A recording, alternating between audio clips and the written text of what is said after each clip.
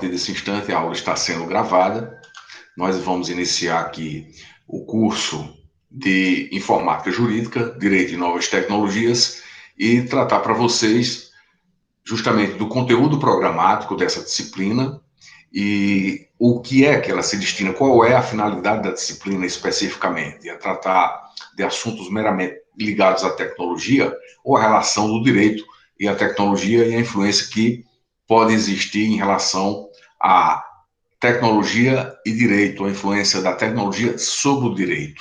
Se isso vai mudar substancialmente o direito, de que modo nós temos que nos preparar para as novas tecnologias ou se a tecnologia é meramente algo instrumental, do uso da razão instrumental para repasse de conhecimento, o que, na verdade, nesse último caso, tem muito mais a ver com a realidade que nós vivenciamos ao longo da história, e se nós fizermos um retrospecto, perceberemos que o avanço tecnológico foi em benefício justamente de uma instrumentalidade, ou seja, o homem, o ser humano, utiliza a tecnologia como instrumento e não apenas como um fim em si mesmo. E levando isso em conta, nós temos que compreender que a tecnologia vem em benefício da instrumentalidade, ou seja, da efetivação, da realização prática de várias áreas do saber, como nós, inclusive, estamos agora, nesse instante, usando uma plataforma digital, usando a tecnologia em benefício do repasse de conteúdo.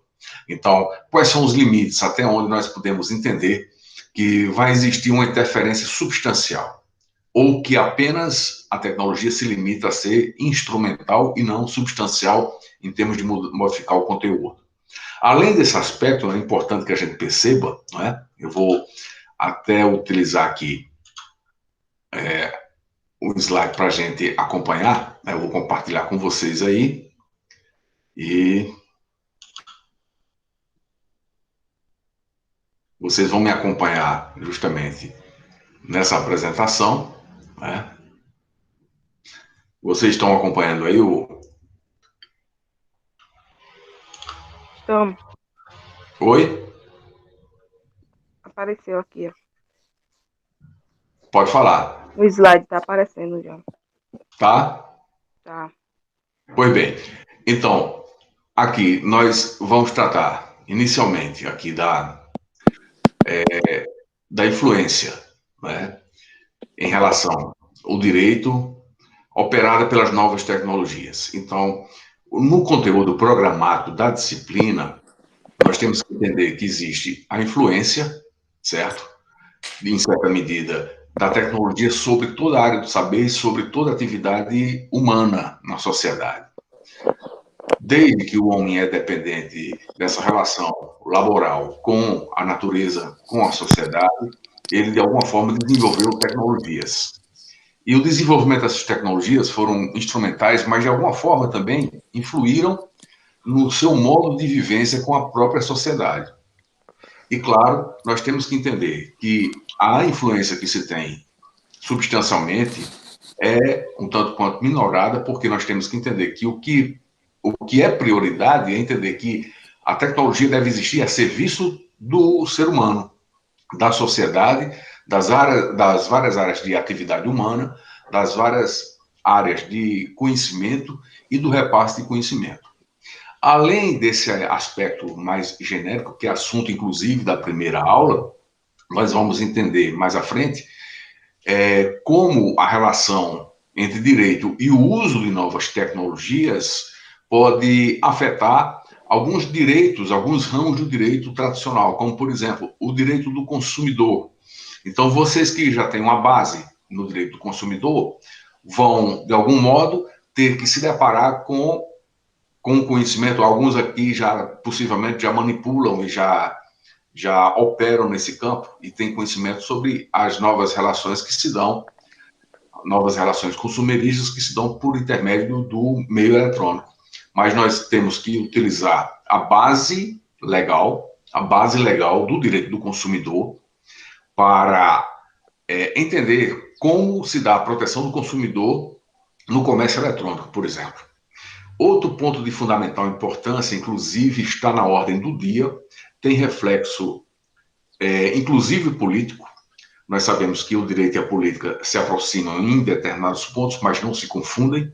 O direito e política tem campos próprios de atuação e, claro, nós sabemos que não deve haver confusão justamente em nome da preservação de ambos os campos, especialmente do direito, que o direito tem uma amplitude maior do que a política, porque a política trata da relação do ser humano em sociedade através do quê? Do espaço público, do sistema representativo. O direito não se limita às relações de ordem pública. O direito não é apenas o direito público, o direito, na realidade, abrange as relações privadas também. Então, preservar a esfera substancial do direito é de suma importância. E nesse campo da liberdade de expressão, nós vemos uma espécie de vinculação entre o espaço público e o espaço privado. E essa repercussão que se dá, e o que está na ordem do dia, que nós podemos perceber, diz respeito justamente a questionar quais são os limites de um direito substancial, que é um direito fundamental, que é uma liberdade pública, que é a liberdade de expressão face a alguns aspectos importantes, especialmente aquilo que se está se propagando e se difundindo na internet, como, ora, comportamentos que atingem a honra alheia, como também, de alguma forma, comportamentos que veiculam notícias falsas. Nós sabemos que agressões à honra, notícia falsa, que hoje, por conta do uso das redes sociais, se denomina fake news, que são notícias inventadas, forjadas, simuladas, ou às vezes a dissimulação de algo que já existe, sempre existiram, só que através das redes sociais é que elas tiveram uma propagação, uma difusão maior e existe uma preocupação em relação a isso. Aí nós temos um ponto de inflexão importante, porque nós temos que perceber até onde vai justamente o fim punitivo do direito em relação a isso. Se o direito tinha limites em relação à punibilidade daquele que mentia fora das redes sociais, ou daquele que difamava, caluniava ou injuriava alguém fora das redes sociais, nós cremos que, de algum modo, haverá uma adaptação para verificar até onde o direito pode, de alguma forma, regular a liberdade de pensamento, a livre manifestação do pensamento nas redes sociais. Ora, veja bem, o inquérito das fake news instaurado de ofício, o que é, inclusive, já um ponto fora da curva, podemos dizer até uma aberração do ponto de vista jurídico, né? Isso operado pelo ministro do STF, Alexandre de Moraes, é essencialmente uma espécie de medida incomum, uma medida que extrapolou os limites do próprio direito constitucional. Ora, não deve existir uma espécie de manifestação e concretização do direito previamente em relação à liberdade de expressão das pessoas. Aí nós teríamos aquilo, ou como se fosse uma agressão àquilo que a Constituição prescreve, que é a vedação à censura prévia. A censura é sempre prévia, porque posteriormente pode haver uma espécie de intervenção judicial sobre a fala, sobre a escrita, sobre alguma forma de manifestação do pensamento de uma pessoa, no contexto social, quando há repercussão coletiva, ou há repercussão em torno de uma pessoa, mas que haja uma propagação para o meio social, de acordo com o caso e de acordo com o interesse de uma vítima específica, ou de vítimas, quando se tratar de direito difuso, para que haja uma proteção judicial e preserve-se o direito fundamental, seja a honra, a intimidade e outros direitos que se agreguem ou que estejam vinculados justamente à proteção patrimonial ou existencial de uma determinada pessoa. A censura, quando se diz prévia, é porque você está de antemão proibido, cesseado pelo direito de se manifestar. A suspensão de uma conta numa rede social, é um cerceamento substancial a livre manifestação do pensamento. É como se uma autoridade interferisse no que você pensa e na forma como você procura manifestar o que você pensa através de uma rede social. Se o meu pensamento manifestado na rede social atingir alguém, a pessoa interessada pode recorrer ao Poder Judiciário para que haja proteção de algum bem seu, algum bem juridicamente protegido que tenha sido atingido pela manifestação do pensamento de uma determinada pessoa.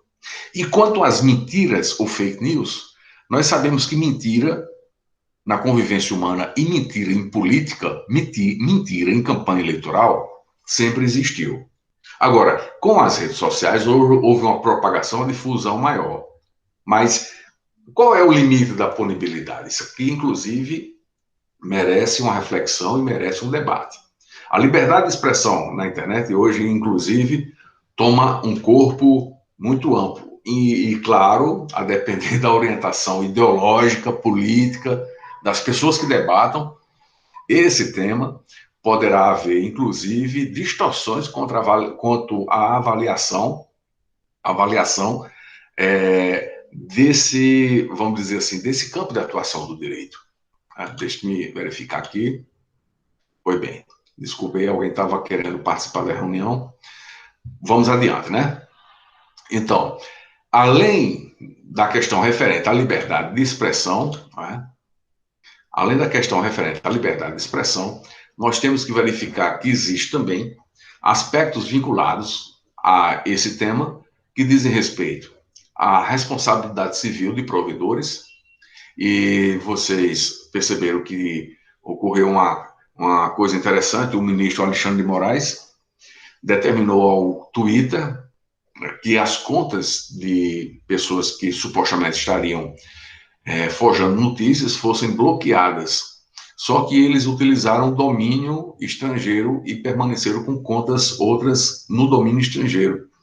E depois houve a determinação de bloqueio de todas essas contas. Eu sei que a polêmica é grande e nós sabemos que os provedores de internet estão, de algum modo, vinculados também em termos de sujeição passiva a qualquer intervenção judicial que diga respeito à liberdade de expressão na internet, e além de outros aspectos que são de suma importância. Outro ponto também que nós vamos tratar aqui, trata-se da privacidade de dados, um ponto de fundamental importância em relação à segurança nas redes sociais e nos sistemas de informação. Nós sabemos que hoje existem sistemas que estão sendo desenvolvidos e aperfeiçoados a cada dia. À medida que eu estou falando aqui, um sistema está sendo aperfeiçoado de proteção de dados e como as chaves de segurança serão desenvolvidas a ponto de cada um de nós ter acesso à segurança de dados. Mas, de todo modo, um alerta que se tem que dar a título de informação de suma importância para aqueles que operam no âmbito da internet é perceber que, à medida que você, ou a partir do instante que alguém faz uso de uma rede social, faz uso da internet, faz algum cadastro e lança seus dados na rede mundial de computadores, ele já está sujeito, de algum modo, a ter os seus dados expostos. Então, à medida que foi se percebendo a vulnerabilidade dos sistemas de informação, inclusive em relação à preservação de dados, nós sabemos que o hackeamento é uma realidade, hackeamento de contas e hackeamento de dados, inclusive que se estende a dados financeiros, invasão de contas em perfis, ou de perfis em redes sociais, mas também de contas bancárias, e a proteção de dados se faz necessária diante desse contexto. Em relação a outro aspecto importante, de fundamental importância que nós também tenhamos aqui em mente, que é pertinente tratar do direito autoral, também nessa seara, do direito das novas tecnologias, no que diz respeito também a monitoramento eletrônico e responsabilidade criminal nos sistemas de informação e também na rede mundial de computadores, certo? Então, o conteúdo programático está estruturado em torno disso, além também de outros temas que são importantes, como, por exemplo, contratos eletrônicos, o valor probante das provas obtidas por meio eletrônico, os novos aspectos das relações de trabalho, legislação e jurisprudência sobre informática. Então, tudo isso deve ser explorado aqui. Alguma observação, pessoal? Eu jogo aí para vocês, para que vocês possam...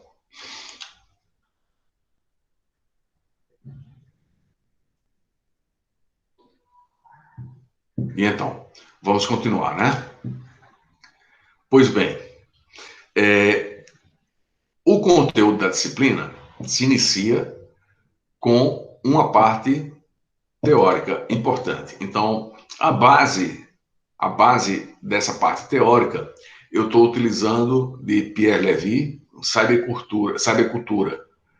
Pierre Levy é um pensador francês, foi um dos primeiros que se preocupou a fazer uma análise ensaística e crítica sobre as novas tecnologias, sobre a cybercultura ou cultura cibernética e, claro, na sociedade de informação.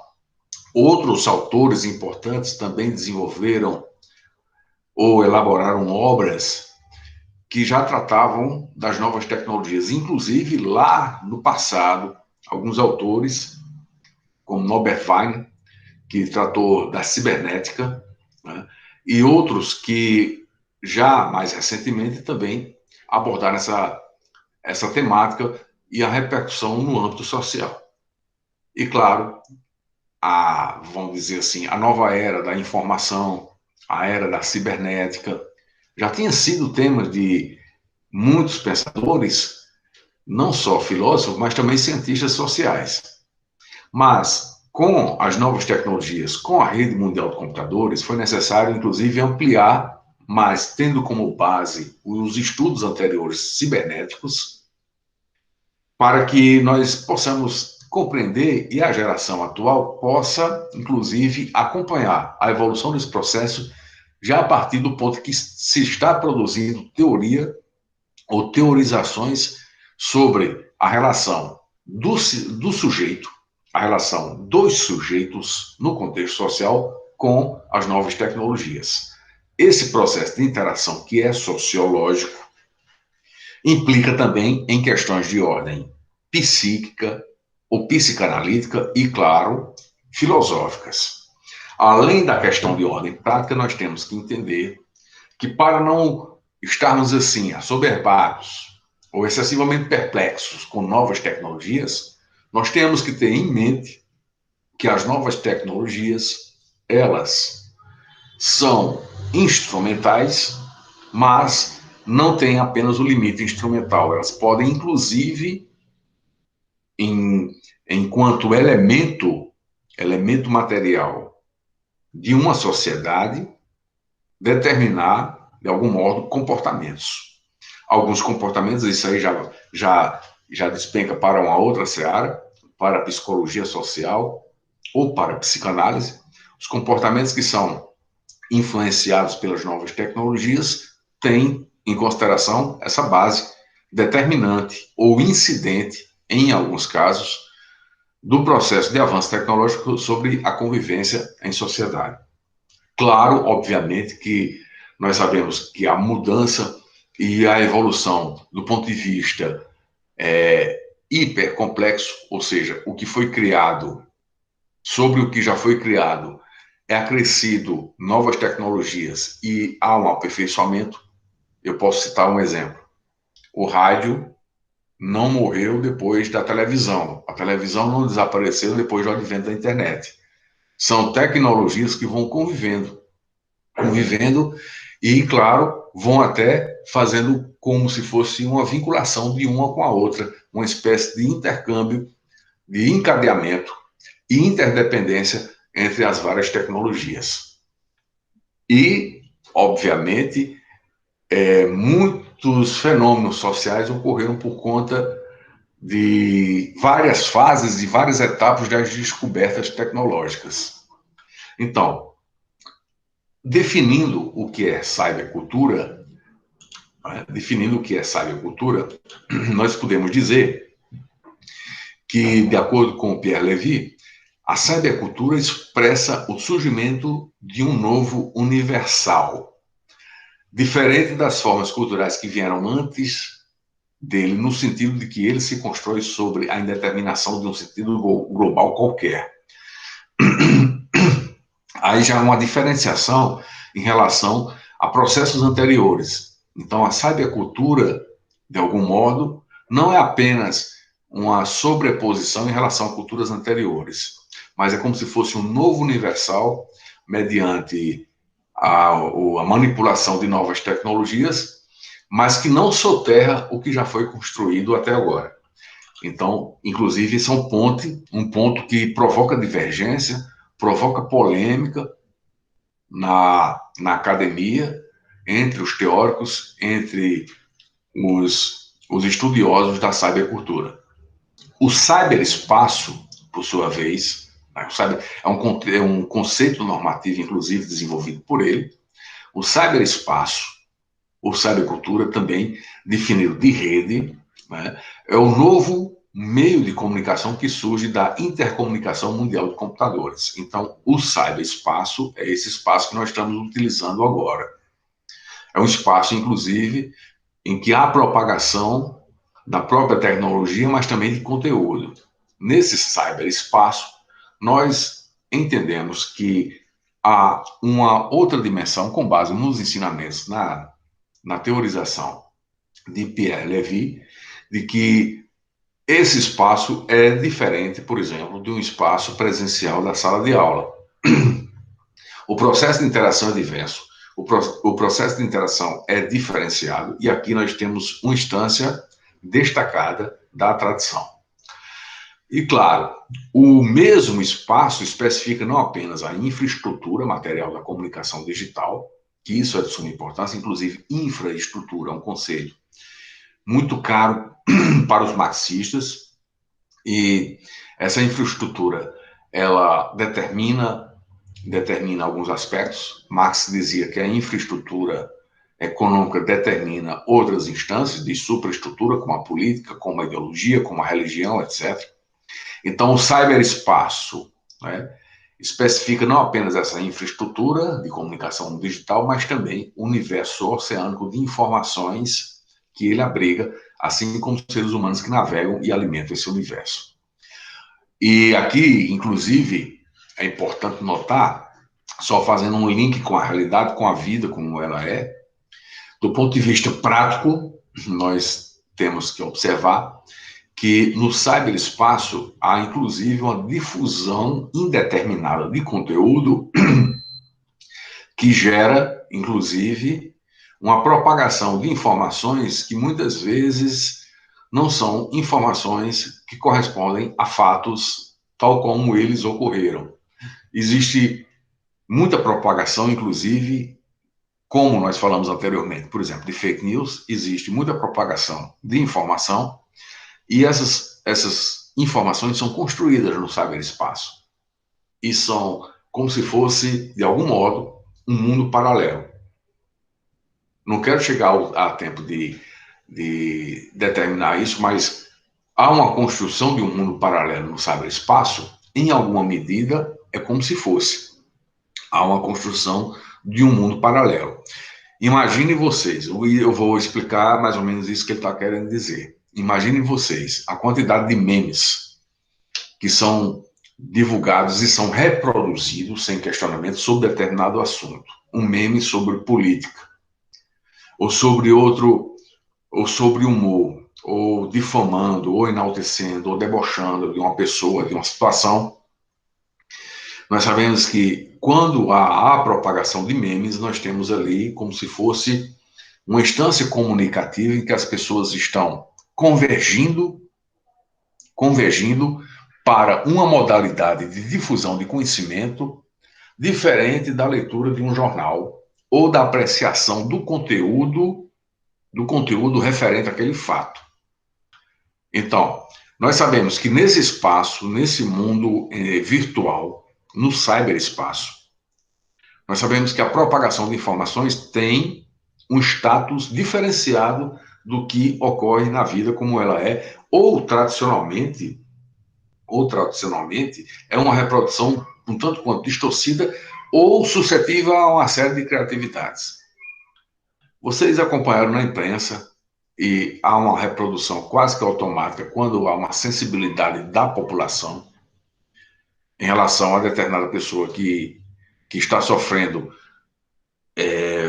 por uma eventualidade de uma agressão de uma outra pessoa, está sofrendo, e há uma solidariedade quase que automática.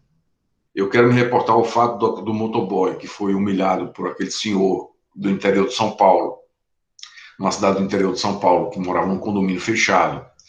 A propagação daquela notícia que gerou memes, que gerou,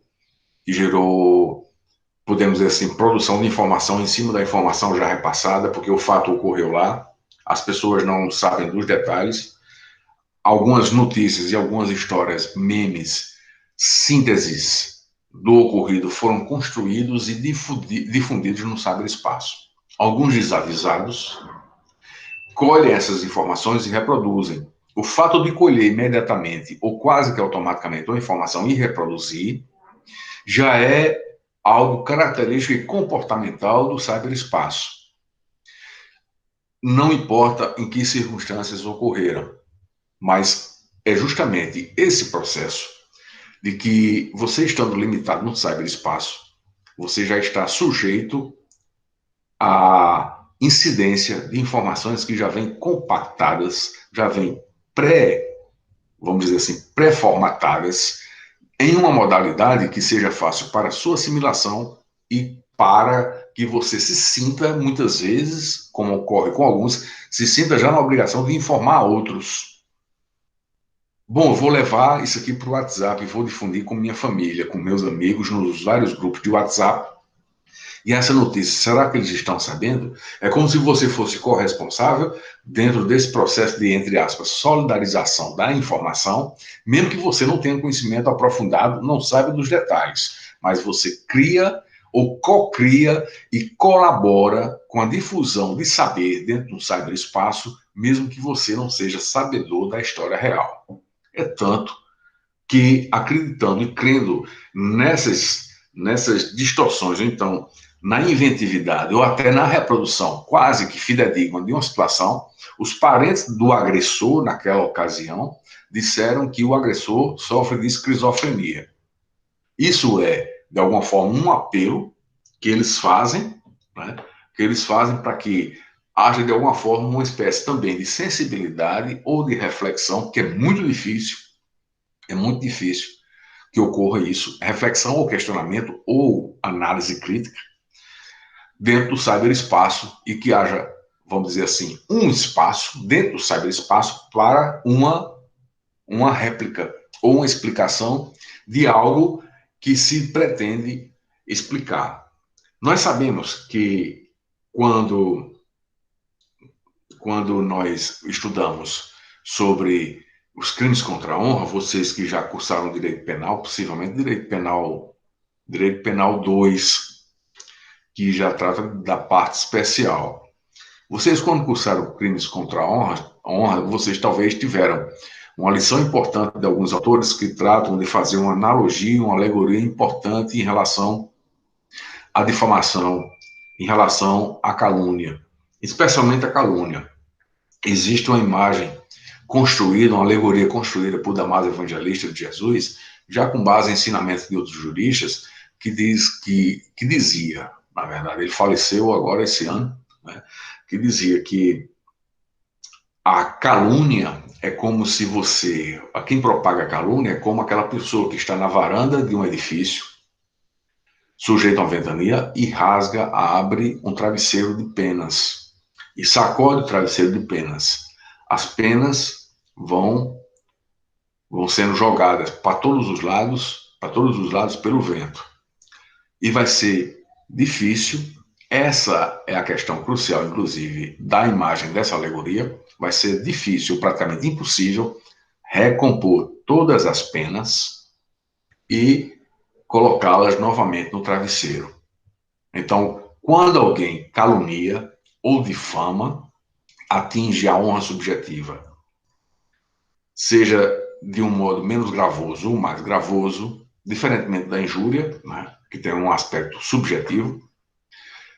Na calúnia e na difamação, há como se fosse uma abertura, uma difusão irresponsável em relação ao fato que ocorreu, e não há como recompor, porque já está jogado no mundo, já está jogado no espaço.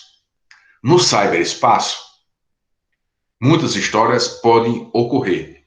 Ontem já foi debate nas redes sociais e muita análise do fato de Thaís Araújo, não é Thaís Araújo, é Camila Pitanga, a atriz da Globo. A Camila Pitanga disse que havia contraído malária. E ela reside no Rio de Janeiro. Segundo se sabe, as autoridades em saúde pública atestam, no Rio de Janeiro não se contrai malária. Pode se contrair dengue ou outra doença semelhante. Malária vai ser encontrada na região norte. E por que ela saiu com essa história? Então, muita especulação houve em torno disso. O cyberespaço vai condicionar, inclusive, a difusão desse tipo de notícia, questionando, não é, essa informação prestada pela Camila Pitanga, porque para malária existe um tipo de medicamento específico em que, inclusive, está sendo utilizado para o tratamento do Covid-19. Então, mas a que ponto nós chegamos e ter que nos deparar com essas situações, com essas construções de narrativas, e que essas construções de narrativas, as pessoas já de alguma forma, isso é um ponto importante, as pessoas quando constroem narrativas ou revelam fatos, estão também construindo narrativas, elas já preveem, já se antecedem, já se antecipam ao campo que pode ser o campo propício para a difusão daquilo que elas querem que seja divulgado. Então, elas já percebem que nas redes sociais haverá uma propagação. A campanha do Dia dos Pais, da Natura, utilizando a imagem de Tami Miranda como um exemplo de pai, no meu entendimento, foi uma campanha de marketing, porque os marqueteiros, os publicitários, na verdade, os publicitários sabiam que existiria uma repercussão. Eles já se antecederam e já previam e já elaboraram uma campanha. Claro, não estou negando que existe a questão humanitária e claro, vamos dizer assim, o enaltecimento de uma nova realidade familiar, de uma nova estrutura familiar, que deve ser considerada, ninguém nega. Mas não sejamos ingênuos. A publicidade trabalha muito com a psique humana. E os caras fazem, desculpa a terminologia que eu usei, os caras fazem, as pessoas fazem, que trabalham com publicidade, elas fazem análise de conteúdo de modo aprofundado e análise comportamental também, e entendem a repercussão. Elas estudam, há estudos para isso. E a publicidade já é uma técnica utilizada há mais de 100 anos para divulgação, promoção de produtos e trabalhar justamente com desejos, com aspirações e provocar reações do mercado consumidor. Quem esteve praticamente uma semana em todas as redes sociais e teve uma divulgação gratuita, sem pagar um centavo, certo? Da publicidade de seus produtos foi a Natura. Concordam? Mesmo que você não concorde, você não pode negar um fato.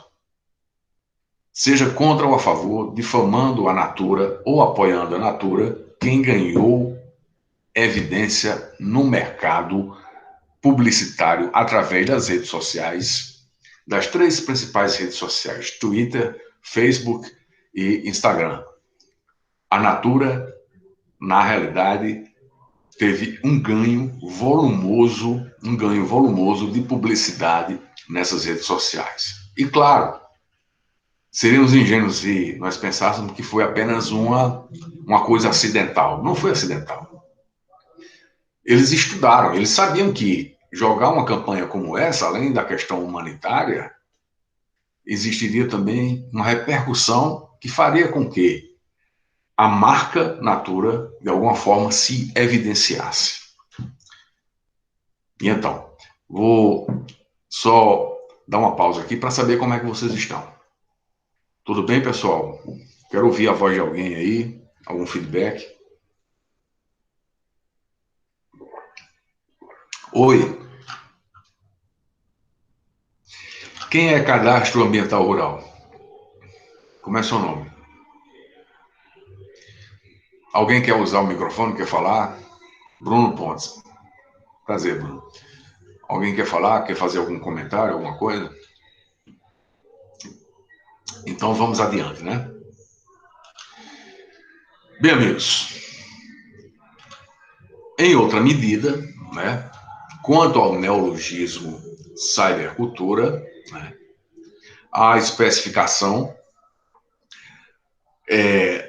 do conjunto de técnicas materiais e intelectuais, de práticas, de atitudes, de modos de pensamento, de valores que se desenvolve com o crescimento do cyberespaço.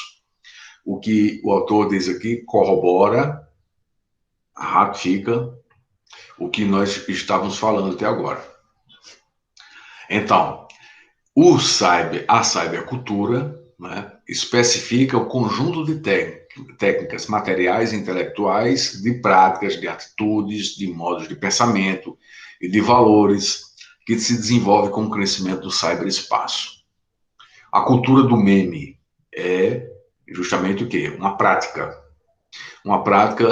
que é uma prática material e, claro, forjada intelectualmente para sintetizar notícias, situações, comportamentos e difundir de um modo um tanto quanto diferente, né, a informação.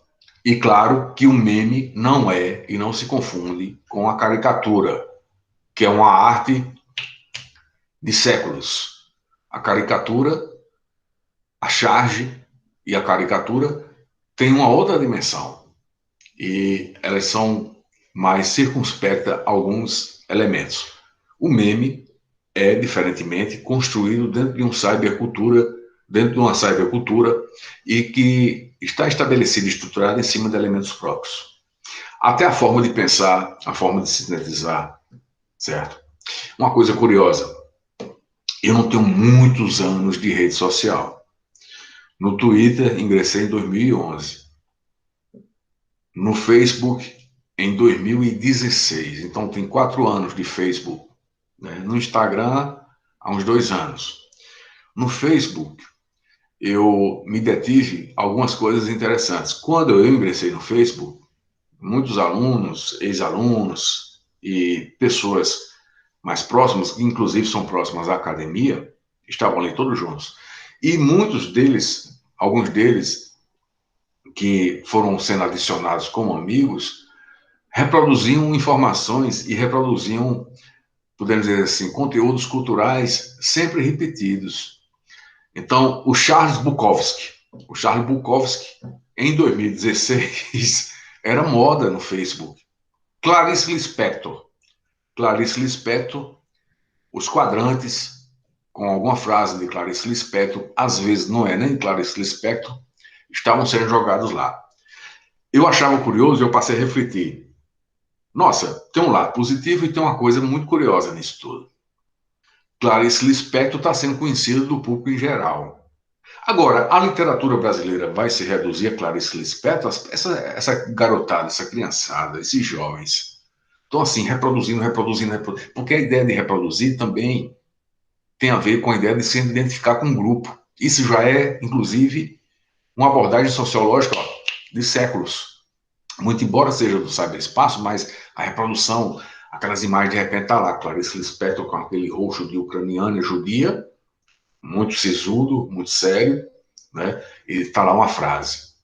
Às vezes até uma construção de uma mente criativa que usou a imagem e jogou lá Clarice Lispector. E as pessoas saíam reproduzindo Clarice Lispector.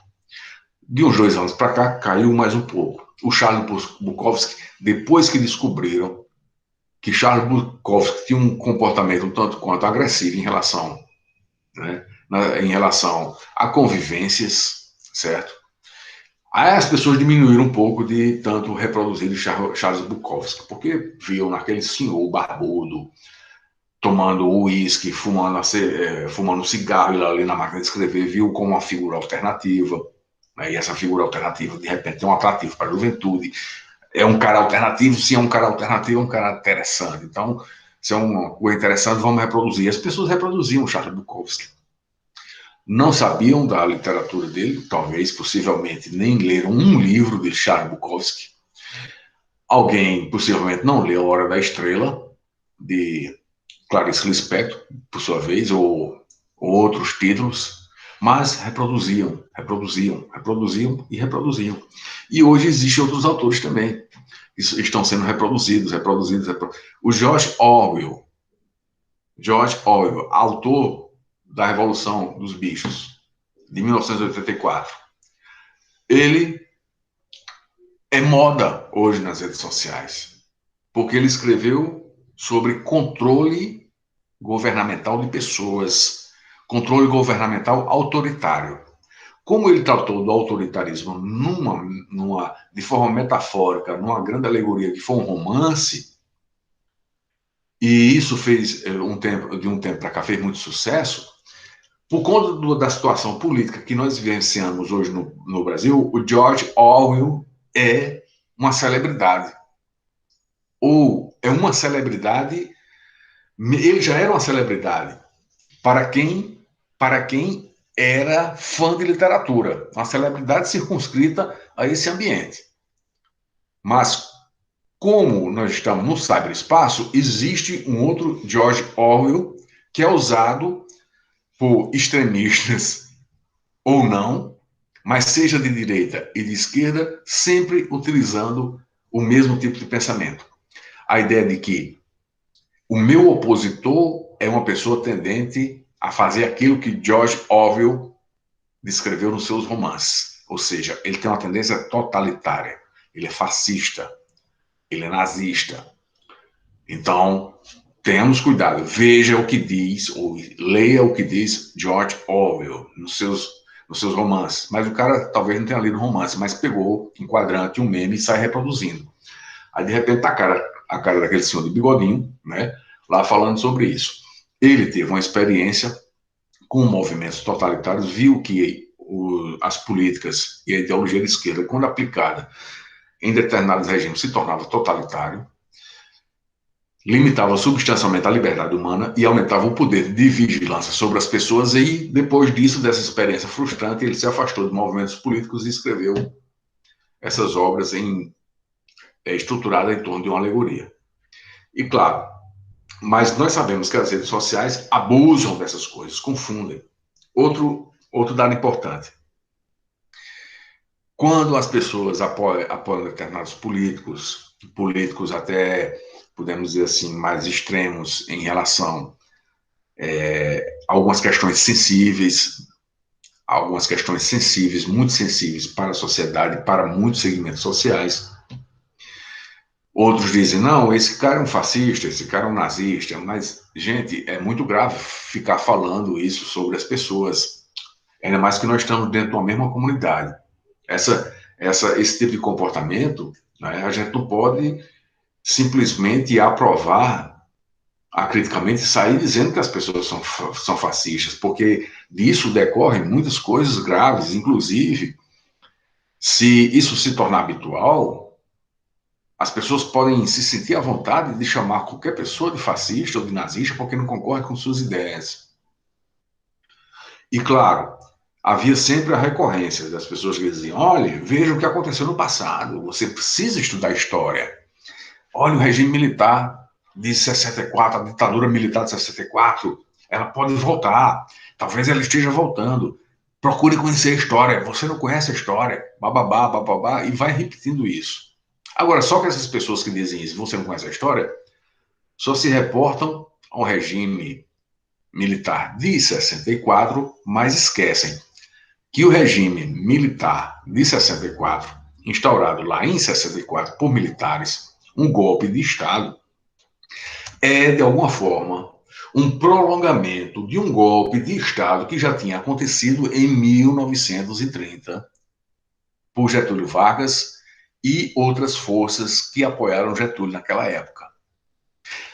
Não disseram isso, mas por quê? Mas a síntese do cyberespaço para provocar uma comoção, adesão ou irritação ou oposição à ideia, o importante é jogar aquilo sinteticamente para que seja percebido quase que imediatamente essa informação. Então, aí nós estamos diante de uma situação que requer uma diferenciação de a gente entender que o cyberespaço ele não pode ser considerado, a cybercultura não pode ser considerada uma cultura que reflete sempre esse mundo que nós vivenciamos, porque em alguns aspectos, eu vou retomar isso, em alguns aspectos o cyberespaço é como se fosse uma realidade paralela. Não só metaforicamente, certo? É como se fosse uma realidade paralela.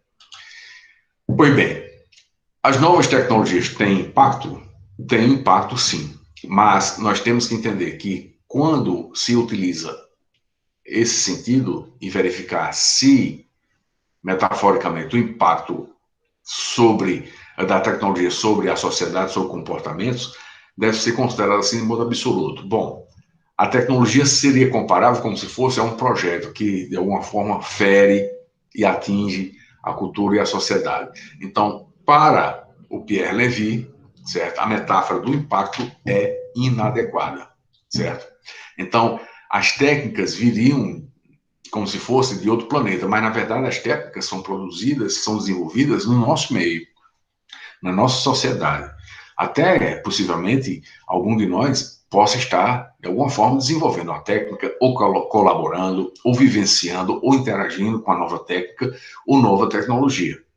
Então, o impacto, quando se diz, o impacto causado pelas novas tecnologias, como se fosse algo alienígena. E, na realidade, não é. Como se fosse algo alienígena. E, na realidade, não é algo fora de nós, algo heterônomo, que venha se impor por força de terceiros.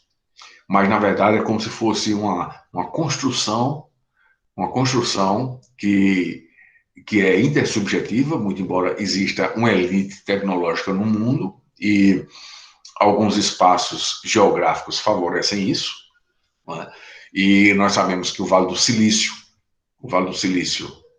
nos Estados Unidos, é um campo propício para o desenvolvimento de novas tecnologias, e eles foram favorecidos justamente por um alto investimento em pesquisa tecnológica e em parcerias entre setor público e setor privado. E nós sabemos, inclusive, que isso tem uma repercussão muito importante, inclusive, para o desenvolvimento das sociedades. Mas o impacto causado não é um impacto extemporâneo. Então, claro que nós sabemos que algumas sociedades podem, de alguma forma, se beneficiar da tecnologia, às vezes de um modo diferenciado de outras sociedades. O caso de Singapura, o caso de Singapura é um caso notório de investimento em educação, segurança e pesquisa tecnológica. Um espaço, vamos dizer, social, fundado em cima de uma área, materialmente, em cima de uma área territorial muito, vamos dizer assim, muito despropícia para desenvolvimento de alguma outra tecnologia que não fosse uma tecnologia moldada em cima das novas tecnologias que nós temos, inclusive aquilo que favorece o mercado financeiro e favorece tecnologias na área científica. E Singapura congrega muitas empresas da área de exploração de petróleo, de novas tecnologias e assim por diante. Lá, praticamente, não tem agricultura, que eles importam tudo. O nível de vida é muito elevado, mas o custo de vida também é muito elevado. Mas Nós sabemos que se uma sociedade subdesenvolvida que não fizer de alguma forma uma espécie de construção do seu espaço social que seja interconectado, de nada vai adiantar a tecnologia. Mudando o que deve ser mudado, entendamos o seguinte: numa área periférica de uma grande metrópole do Brasil, as pessoas vão encontrar um pesquisador que queira lá fazer uma pesquisa participante, ele vai encontrar uma residência muito precária, uma residência rústica, sem saneamento básico, às vezes até sem iluminação, ou pode ter energia elétrica captada clandestinamente, certo? E quando esse básico existe ou outros serviços substanciais estão ausentes, mas mesmo assim haverá como se fosse uma espécie de vinculação dessas pessoas com a tecnologia. Em suma, você vai numa favela, vai num barraco de favela, naquela residência degradada, num ambiente hostil, num ambiente pobre, cheio de limitações, você pode encontrar uma pessoa com uma TV que você encontra na sua casa, no seu apartamento, em outro bairro, num bairro de classe média, etc. E essa pessoa também lá na favela pode estar com celular. Aí a questão é, ela foi impactada pela tecnologia? Não, ela está dentro de um mundo tecnológico, mas ela não foi beneficiada por outras tecnologias que deveriam ter beneficiado a ela, por conta de uma deficiência de um programa social mais amplo, mas isso não é dependência, ou isso não depende apenas do governo, de governos, de Estado, mas um programa social mais amplo para entender que tecnologia não é apenas tecnologia da informação, mas a tecnologia, em sentido amplo, beneficia a sociedade em vários segmentos. Então, a tecnologia deve ser usada, inclusive a própria pesquisa tecnológica deve ser usada para beneficiar a existência humana e desenvolver um espaço social que seja possível que a pessoa tenha benefício, não apenas pela tecnologia da informação dentro do cyberespaço. Então, as técnicas ou a tecnologia serve justamente para dirimir, inclusive, podemos dizer assim, contradições aberrantes que existem, não só na favela, mas também na zona rural, em que nós sabemos que algumas pessoas têm acesso. É curioso, as pessoas têm acesso ao celular, podem ter acesso à internet na zona rural, mas pode ter um moinho para moer milho, para fazer pamonha, né? Mas tudo bem. Algumas podem utilizar um liquidificador ou uma máquina para triturar o milho e fazer a massa da pamonha. Mas no plantio, na agricultura, talvez não tenha tecnologia avançada, inclusive para plantar, para cortar a terra, para arar, etc, etc. Mas pode ter um celular. Então, são discussões assim que nos deixam perplexos em vermos como o cyberespaço, essa agricultura, traz algumas questões de suma importância para a discussão de um modo geral. Bom, pessoal, eu vou encerrando a apresentação aqui, certo? E nós já estamos dentro daquele horário que nós já havíamos falado antes, seguindo a recomendação, né, de termos um limite na aula expositiva. E eu agradeço a participação de todos, mas eu queria falar com vocês, depois de encerramento aqui da gravação, agradeço a participação de todos. O restante da sessão de slides será exposta na próxima aula, certo? Na aula da quarta-feira que vem. E um abraço fraterno e até lá.